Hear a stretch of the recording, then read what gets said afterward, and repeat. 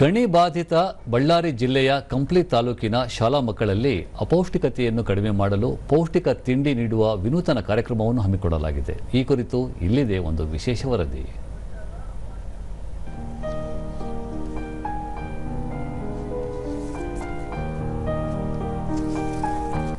ಕಲ್ಯಾಣ ಕರ್ನಾಟಕದ ಗಣಿ ಬಾಧಿತ 4 ಜಿಲ್ಲೆಗಳ ಪೈಕಿ ಬಳ್ಳಾರಿಯೂ ಕೂಡ ಒಂದಾಗಿದ್ದು, ಕಂಪ್ಲಿ ತಾಲೂಕಿನ ಎಲ್ಲ ಶಾಲೆಗಳಲ್ಲಿ ಮಕ್ಕಳಿಗೆ ಮಧ್ಯಾಹ್ನದ ನಂತರದ ತಿಂಡಿ ನೀಡುವ ಯೋಜನೆಯನ್ನು ಹಮ್ಮಿಕೊಳ್ಳುವ ಮೂಲಕ ಮಕ್ಕಳ ಉತ್ತಮ ಬೆಳವಣಿಗೆಗೆ ಶ್ರಮಿಸಲಾಗುತ್ತಿದೆ. ಕರ್ನಾಟಕ ಗಣಿ ಪರಿಸರ ಪುನಶ್ಚೇತನ ನಿಗಮ KMERCಯ ಅನುದಾನದ ಅಡಿಯಲ್ಲಿ ಶಾಲಾ ಮಕ್ಕಳಿಗೆ ಪೌಷ್ಟಿಕ ತಿಂಡಿಯನ್ನು ನೀಡಲಾಗುತ್ತಿದೆ. ಈಗಾಗಲೇ ಮಕ್ಕಳಿಗೆ ಹಾಲು, ಮೊಟ್ಟೆ, ಬಾಳೆಹಣ್ಣನ್ನು ನೀಡಲಾಗುತ್ತಿದೆ. ಈ ವಿನೂತನ ಕಾರ್ಯಕ್ರಮದಡಿ ಸಂಜೆ 4 ಗಂಟೆಗೆ ಕಡಲೆ, ಹೆಸರುಕಾಳು ಅಥವಾ ಶೇಂಗಾ ಇವುಗಳ ಪೈಕಿ ಯಾವುದಾದರೂ ಒಂದು ಪಲ್ಯವನ್ನು ವಿತರಿಸಲಾಗುತ್ತಿದೆ. ಜಿಲ್ಲಾ ಪಂಚಾಯಿತಿ ಮುಖ್ಯ ಕಾರ್ಯನಿರ್ವಾಹಕ ಅಧಿಕಾರಿ ಮಹಮ್ಮದ್ ಹ್ಯಾರಿಸ್ ಸುಮೈರ್, ಕಲ್ಯಾಣ ಕರ್ನಾಟಕ ಭಾಗದ ಮಕ್ಕಳಲ್ಲಿ ಅಪೌಷ್ಟಿಕತೆ ಹೆಚ್ಚಾಗಿರುವುದರಿಂದ KMERC ಅನುದಾನದಡಿ ಶಾಲಾ ಮಕ್ಕಳಿಗೆ ಮಧ್ಯಾಹ್ನದ ನಂತರದ ತಿಂಡಿಯನ್ನು ವಿತರಿಸಲಾಗುತ್ತಿದೆ. ಪ್ರತಿ ಶನಿವಾರ ಹಣ್ಣುಗಳನ್ನು ನೀಡಲಾಗುತ್ತೆ. ಮುಂದಿನ ದಿನಗಳಲ್ಲಿ ಈ ಯೋಜನೆಯನ್ನು ಎಲ್ಲಾ ತಾಲೂಕುಗಳಿಗೂ ವಿತರಿಸಲಾಗುತ್ತದೆ ಎಂದು ವಿವರಿಸಿದರು. ಒಂದು ವಾರದಲ್ಲಿ 6 ದಿನ ಮಕ್ಕಳಿಗೆ ಕಡಲೆ, ಹೆಸರುಕಾಳು ಮತ್ತು ಶೇಂಗಾ, ಉಸುಲಿ ಥರ ಒಂದು ಮಾಡಿಕೊಂಡು ಸ್ನ್ಯಾಕ್ಸ್ ಕೊಡಬೇಕಂತ ಇದೆ.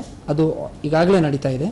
ಅದರ ಜೊತೆಗೆ ಪ್ರತಿ ಶನಿವಾರ ಮಕ್ಕಳಿಗೆ ಹಣ್ಣುಗಳು ಕೊಡಬೇಕಂತ ಇದೆ. ಮೋಸಂಬಿ ಆಗಲಿ, ಆರೆಂಜ್ ಆಗಲಿ, ಸಪೋಟ ಆಗಲಿ.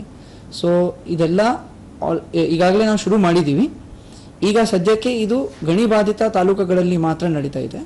ದೂರದರ್ಶನದೊಂದಿಗೆ ಬಿಸಿಯೂಟದ ಜಿಲ್ಲಾ ಸಮನ್ವಯ ಅಧಿಕಾರಿ ಕಸ್ತೂರಿ, ಕರ್ನಾಟಕದ ಗಣಿ ಬಾಧಿತ 4 ಜಿಲ್ಲೆಗಳ ಶಾಲಾ ಮಕ್ಕಳಿಗೆ ಪೌಷ್ಟಿಕ ತಿಂಡಿಯನ್ನು ವಿತರಿಸಲಾಗುತ್ತಿದೆ ಎಂದರು.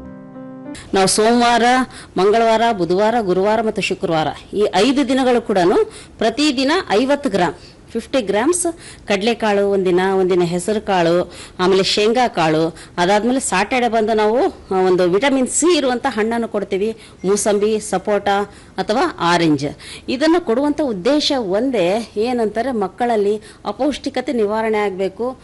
ವಿದ್ಯಾರ್ಥಿನಿ ನಂದಿನಿ, ನಮ್ಮ ಶಾಲೆಯಲ್ಲಿ ಗುಣಮಟ್ಟದ ಶಿಕ್ಷಣ ದೊರೆಯುತ್ತಿದ್ದು, ಇದರ ಜೊತೆಗೆ ಪೌಷ್ಟಿಕಾಂಶದ ತಿಂಡಿಯನ್ನು ಸಹ ನೀಡುತ್ತಿದ್ದಾರೆ ಎಂದು ತಿಳಿಸಿದರು.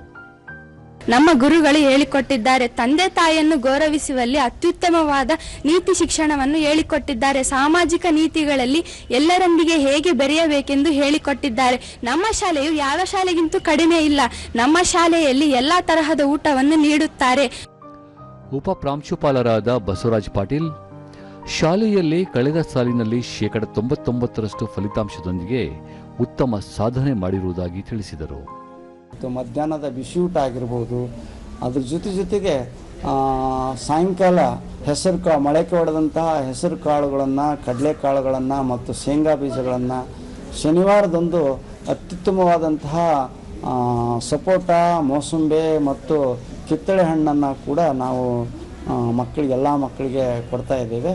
ಒಟ್ಟಾರೆಯಾಗಿ ಬಳ್ಳಾರಿ ಜಿಲ್ಲೆಯ ಸರ್ಕಾರಿ ಶಾಲೆಗಳಲ್ಲಿ ಗುಣಮಟ್ಟದ ಶಿಕ್ಷಣದ ಜೊತೆಗೆ ಶಾಲಾ ಮಕ್ಕಳ ಅಪೌಷ್ಟಿಕತೆಯನ್ನು ನೀಗಿಸಲು ತಿಂಡಿಯನ್ನು ನೀಡುತ್ತಿರುವುದು ಶ್ಲಾಘನೀಯವಾಗಿದೆ.